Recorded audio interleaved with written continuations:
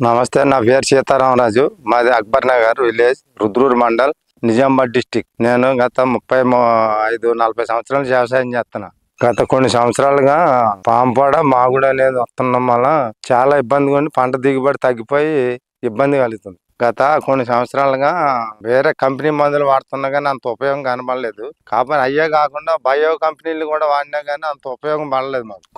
గత కొన్ని సంవత్సరాలుగా వేరే మందులు వాడుతున్నా కానీ అంత ఇదిగా కనపడలేదు. అందులో బయో మందులు కూడా వాడాం, అయినా కానీ ఉపయోగం కనబడక కొన్ని సంవత్సరాలుగా 2-3 సంవత్సరాలు క్రిస్టల్ కంపెనీ వాళ్ళు కనబడి క్రిస్టల్ కంపెనీ మెంటర్ వాడమని చెప్పారు. ఎకరానికి 300 ml.